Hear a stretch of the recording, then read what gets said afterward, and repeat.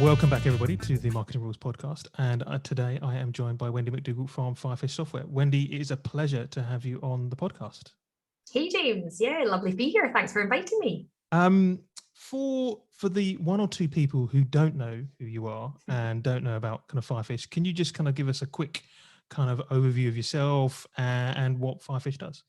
Yeah, sure. So I'm Wendy McDougall. I'm the chief fish of Firefish. And yeah, I kind of just generally grow that business and steer it in the right direction. Firefish itself is a recruitment CRM and marketing platform that essentially is really on a bit of a mission to change the way that recruiters are recruiting using that technology. And how big is the business now? You've grown kind of, over the years. It's kind of got just kind of exploded, right? Yeah, no, I can't believe we're I suppose that's we're now over 11 years, so it's now almost 11 and a half years, and we're now just under 50 employees. So took it back down like a lot of people did last year, but we've gone and grown beyond where we were last year as well. So yeah, no, it's a good story, and business is doing well. Brilliant, great to hear, right? Yes. And today I thought we could talk about how you can make your recruitment agency as agile as possible. And I know recently you've just kind of released an ebook on this. All the details will be in the kind of show notes for anybody who wants to read it. But I thought it'd be good to kind of just get you on board and have a chat around this, because it's one of these things that I think a lot of businesses kind of struggle with, is keeping up, being resilient, keeping up with kind of with what's going on in the space, and being fast enough to react to it, and generally just being a much more kind of agile business is one of the things you always kind of hear. I know agile is a bit of a trendy kind of term, but it's relevant, right? It makes a lot of sense. So I thought we could kind of just talk around this, and maybe if we can start off by kind of letting me and the audience know, what do we mean by an agile recruitment agency? What's the kind of meaning? What's the definition of that? Yeah, cool. So, well, maybe I'll come to the meaning in just 2 seconds, but you're absolutely right. That's why we looked at it, because I think what we've seen in the last couple of years is that the ability to change has become so important. So, and I think really, within the recruitment industry, and I suppose just for the viewers that don't know me, what I probably should have said is I feel that I can say this because I am an ex-recruiter. Mm-hmm. I ran my own recruitment agency for 10 years. So I have that sort of knowledge as to how to run a recruitment business, and also successfully sold it. So that's really where it's coming from. But I've had the benefit of going from a recruitment industry and growing that business to now growing a technology business. So that's really where the agile sort of side has gone into it, because I feel as a recruitment industry, we haven't progressed as quickly as other sectors. So when I flipped over to running a tech business, the term agile has really come from the technology sector. It's Eric Lee's, it's lean, it's the lean agile way. It's helping technology and developers to keep in scope, deliver things in small chunks rather than big sort of pieces of work that never got delivered. And they recognized that was a huge industry problem for the tech sector. So they brought in this methodology. Now, actually, there are so many similarities between recruitment and trying to deliver, and technology and development and trying to deliver. And I think that that's where we really could see, look, that principle, although it could be called as a sort of sexy name and, bit on jargon there, but there's a lot of the good stuff that can be taken from that technology sector into the recruitment sector. So getting to your point in terms of what do we mean by an agile recruitment agency is really the ability to change. Now, that sounds really easy. And everybody say, yeah, we change so quickly, it's fine. But do you? And that's really then looking at, right, what are the principles you've got in place of running your business that allows change to happen quickly? When we got hit with the pandemic, did you maximize that period to actually make those changes and recognize what's happening? Now, that can be throughout the business. So it's not just about the jobs you were working that disappeared. It's about how you position yourself. It's how you market yourself. Overnight, we do a lot of inbound marketing, for anybody who knows our brand as well. And we have a lot of resources that we put out to support the industry. But overnight, we had to reorganize our whole content plan for 6 months in advance, or like 3 months in advance that we were planning it, because the stuff that we were going out was no longer relevant. So what sort of controls do you have in your business to recognize that and change it? And that's exactly the same as a recruitment business has to sort of be able to react. Now, I think the reason why I'm saying, and we were looking at this as something that people have to address now, is that we've also recognized that when the pandemic came in, that was an automatic, oh wow, things have changed. But actually, we're in the same January, February, March this year, we're in the same change transition, but it's in the reverse. It's gone from the slow lane to the fast lane so quickly. And sometimes acceleration and growth is almost more stressful than de-acceleration and slowing things down. Because at least at that point, you kind of, okay, we're going into the unknown, but we know things are going to stop. So we just need to sort of slow things down. We're into the unknown, we know things are growing and we've got huge demands on us. So what controls have we got in place to cope with that growth? Yeah. Because if you don't have that, you could be ending up on wasting a lot of resources and money and effort in your business. Okay. So looking at being agile is looking about putting those controls, those communication structures, the structure and the culture that you need for change, and actually running it in a different way that equals an agile methodology. And you describe it as a methodology. I mean, I guess that means that there's kind of some core principles to how that works. And what would you how would you describe those kind of principles, and what are they? Yeah, so the way that the tech sector looked at is as a cycle, and it's a short cycle of, generally we call these themes that you would have, and epics, and then stories, and then the delivery mechanism, right? And then you look at reviewing that, and you basically sort of look at what worked, what didn't, and you start again. So that's the sort of methodology we've got in there. So if you think about it from a recruitment point of view, the easiest way that I sort of break that down is, because technology do tend to, I feel, put more jargon on it, whereas we can take a lot of the jargon out and simplify it again. But if we take it into the recruitment world, you know, it's about having a consistent focus, then looking at what projects that you're doing in that business that run off that one focus point, and then breaking that into tasks that everybody's delivering to the same focus, and then reviewing it. Yep. So I always say, actually, you know, from going into that, it's like, so just now, if you're in a candidate shortage marketplace and you knew your business have 10 jobs all looking for developers, for example, then what is your marketeer doing to support that development need? What content are you delivering that would support that focus of finding developers to then help your resourcers working those jobs? What are your recruiters doing in terms of, you know, are they just taking on more development jobs that you can't fill, you know? So they should be looking at aligning their focus and their tasks differently. Yeah. So that's sort of the methodology that we're talking about there. And it kind of makes sense. And it might be one of those things that some people might well be doing, but have never kind of articulated that in that way, you know, maybe not realized that it's from the tech sector. So moving it to kind of recruitment, what does being an agile recruitment agency mean, and what does it look like from a let's say from a SME recruitment agency kind of business owners kind of point of view? What does it look like?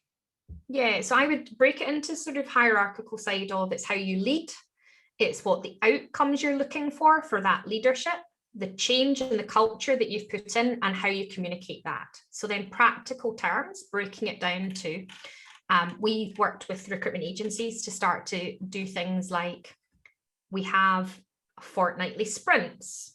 Okay, so you take on and you start that with a sprint meeting at that Monday, where generally most recruitment companies will have an overview review of that sprint, but that's just about all their jobs. Okay, so somebody might be sitting there with, like, you know, 60 jobs on, right, that they're never going to fill in 2 weeks' time.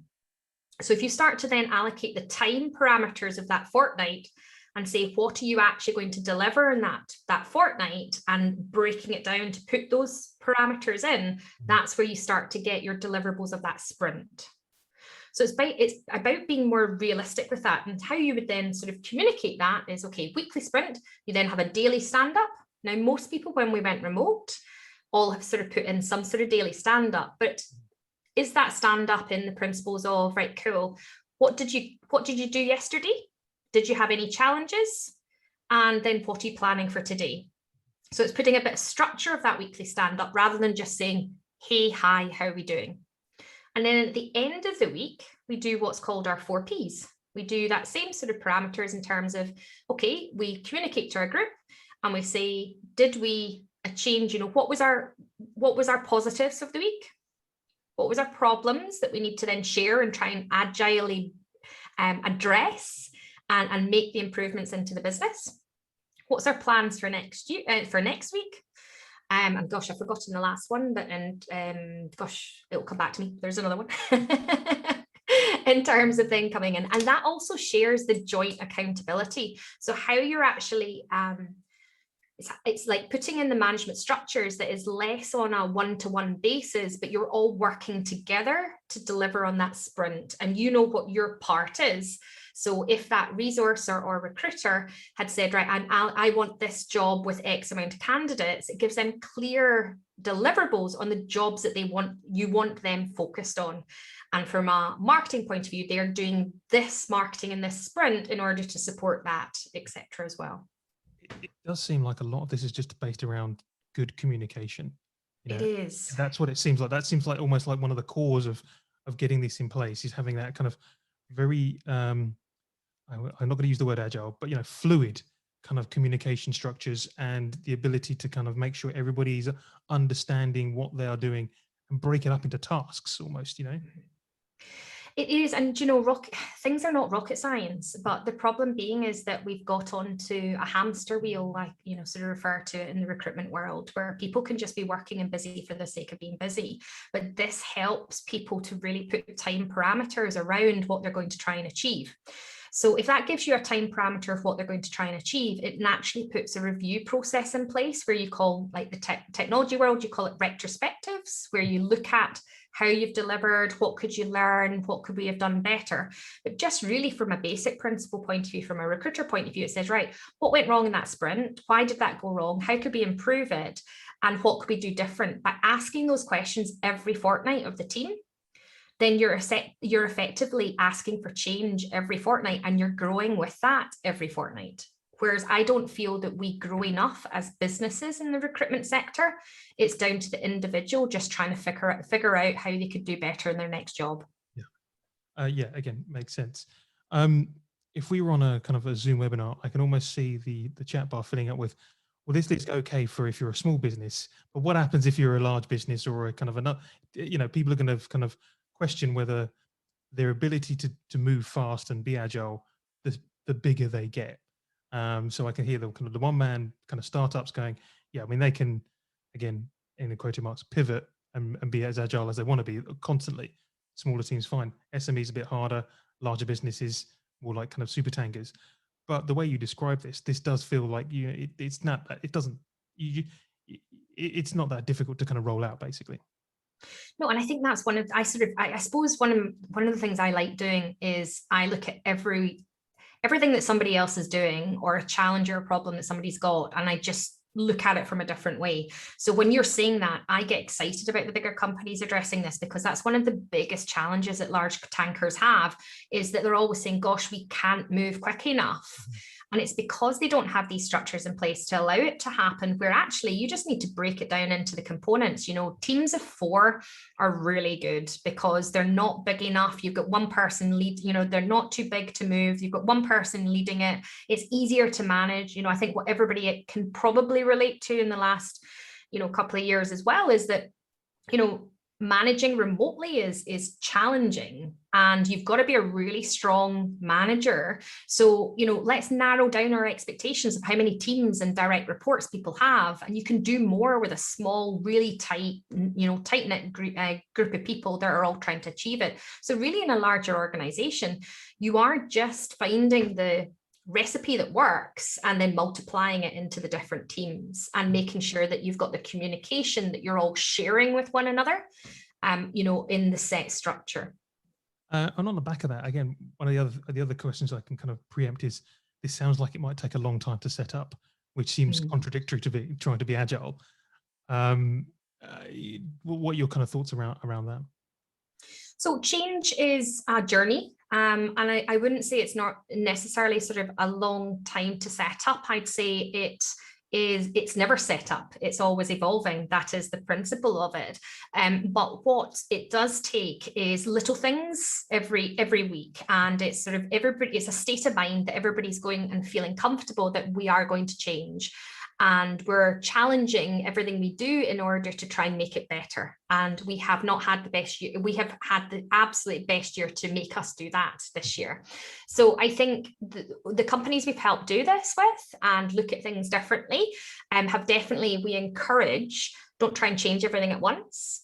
You know, put in the main things where the 4 Ps at the end of it, you know, we call like the retrospective, we call it a boot camp.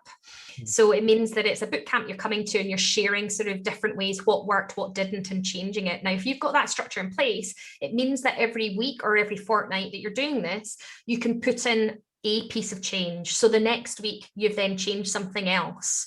And then you've changed something else. So people are coming with you on that journey and you're not trying to do too much. So I wouldn't suggest that this is a throw the rule book out the window, but start to look at the vision of you running your business and where you are a recruitment manager in a larger organization of where you want to get to by, let's say, the end of this quarter, and putting it into milestones that you can then start to drive change in. And suddenly you'll look back and go, wow, we've achieved so much in a short space of time. So you've touched on it a little bit, and apart from reading your kind of ebook, how does an agency start this process? You know, so they've obviously had the embryonic idea, we need to become more agile. Maybe they've even had that, that thought. Maybe it's kind of come out of something else. Where do you start? Yeah, and I think that's where it goes back to the sort of like the 4 different sort of bubbles I have in terms of leadership is at top, and it interlinks with the outcomes change and communication structure. You know, yes, this is a new way of working, but it should be supporting where you want to take the business. So actually, I would take it back a little bit and be prepared to go 2 steps forward to go 1 step back. Let's rearrange or realign the business in terms of where you're trying to go to. So, you know, if you are trying to be, you know, a lot of people might have lost bits of niche recruitment expertise last year, okay, because they might have felt that they just need to take any business that they were wanting, and then it flipped again, and suddenly they were like, okay, I need to sort of niche back in again, etc. So it's being very deliberate with your choices as to where you're going and having clarity so you can get everybody pointing the right way. So how I would be starting that is making sure, go back to like, where do we want to be by the end of the year, and putting in that practice in terms of direction, and then taking it through and go, okay, what communication channels and management structures do I have in my business right now that's going to help me facilitate to get there?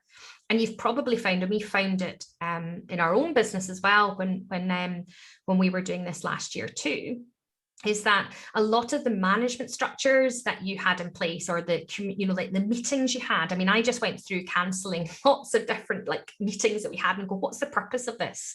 Why do we need this? You know, and rearrange your actual sort of touch points with people. You needed more one-to-one, maybe check-ins to see how they were last year. But in terms of sort of like meetings for the sake of meetings, there was a lot of people that were getting rid of a lot of those things too. So I think that's then looking at the communication structures. That's your time to communicate through your meetings. The culture of change is bringing people with that journey, but then it's then focusing on this outcome piece. What are you trying to achieve from that direction you're going to put the business in? Okay, I want to achieve, you know, I want to grow the technology business. I'm just going to use Scotland because that's obviously where we are. I want to grow our market share within the technology recruitment business by X percentage by the end of the year. Okay, great. So how are we going to do that? And it is basics, but then it's actually how you deliver on those objectives is what the agile recruitment principles is all about. Yeah, I don't know if you know, actually, just to come in there, one of the companies that I actually sit, I think you sit on this as well, the Elite Board, and which is a networking group. I'm sure people know of it, but Afi Khan, who's the CEO of CPL, large recruitment agency, and he has, I would probably have packaged it up still not using like sprints and that sort of technology jargon, but do that principle within, if I was doing this within my business in the recruitment sector. He's gone full extreme to actually talking about it within sprints, and people come in from a recruitment point of view and this is the way they work, and the difference that he will basically testimony to his business of the quality in the delivery, because everybody knows what they've got to try and achieve. And they're not making, they're not getting themselves into taking on too many jobs that they can't deliver. It's a more stable way of growing.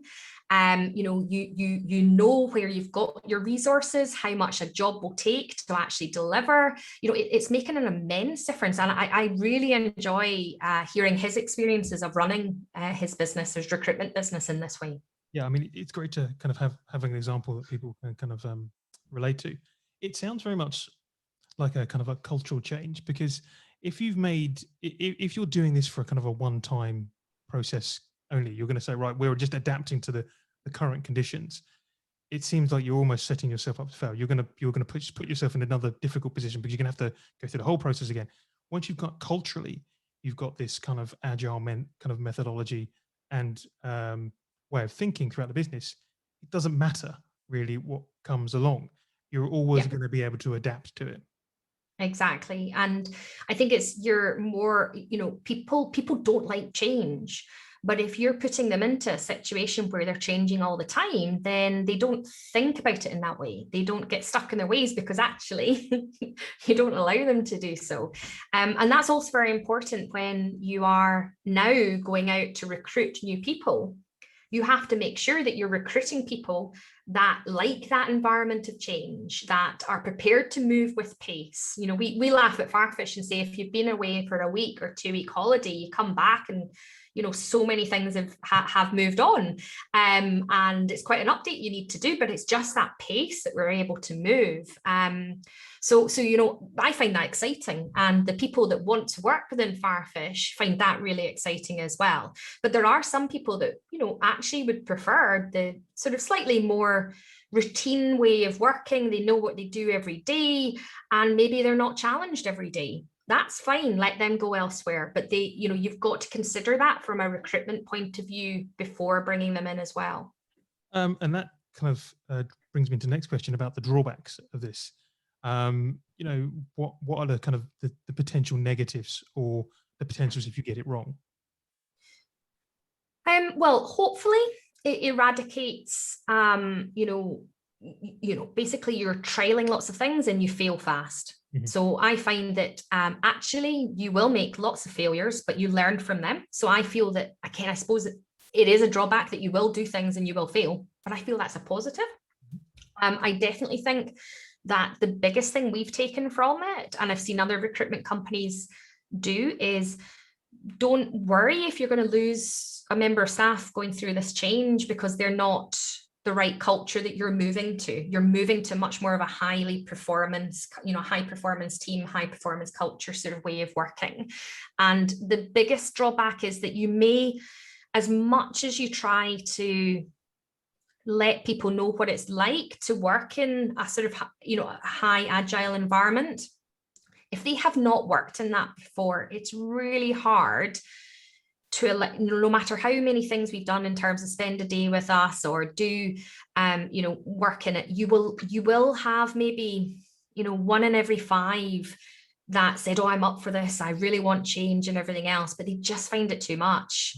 And they didn't know, they thought, because if you've been working in quite a sort of, regular routine, and you've been there for maybe 4 or 5 years, you naturally are looking for something different. Mm-hmm. So you're that person sort of heightened for wanting big change. And then when they get into that, they go, oh, do you know what? I've done this for a couple of months. I don't know if I can keep going. So there's definitely a drawback in that we found that maybe 1 in every 5, no matter how well we try to sort of rule that out or give them that, experience in terms of what it's like to work in a high change environment, won't work out.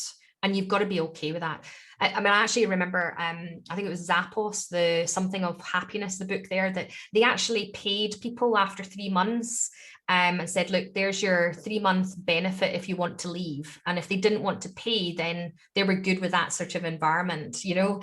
And I have actually almost thought about that, because that really would qualify people in for the long term. And that's what you're looking for. So not really a drawback, but it's definitely areas you've got to consider. Yeah, it's areas of consideration, right? There is potential where you could kind of that could catch you out if you're not aware, if you're not aware that they're kind of upcoming. And before I let you go, Wendy, can I just have maybe your kind of top 3 tips? If we've got a business owner who's listening into this and they've thought, you know, now is the time. They're not too late to the party. Now is the time. What will be your kind of top 3 tips? And you can't say read your ebook as one of them. No, that's absolutely fine. But you can. I would say take a day out of the business. First of all, go and actually you know, I think everybody right now has just gone, oh, we had no business. Oh, wow, we've got loads of business and we're accelerating again. But I actually think now is the time that you could take a day out of the business.